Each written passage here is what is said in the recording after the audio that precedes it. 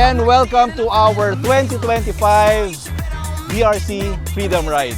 Okay, so tradition na to, we've been doing this for the last 3 years and we started actively riding 3 years ago, Independence Day ride yon.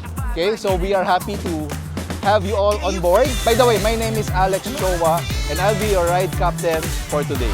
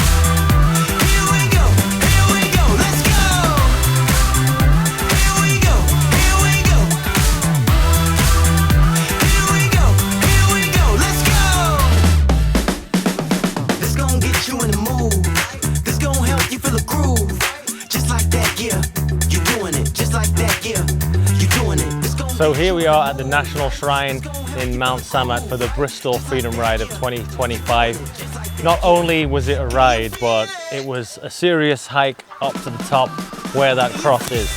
This ride was about bringing all the Bristol riders together. That's why we've created the Bristol Riders Club. So whether you have a big bike or a small bike, no matter what model, you guys can come.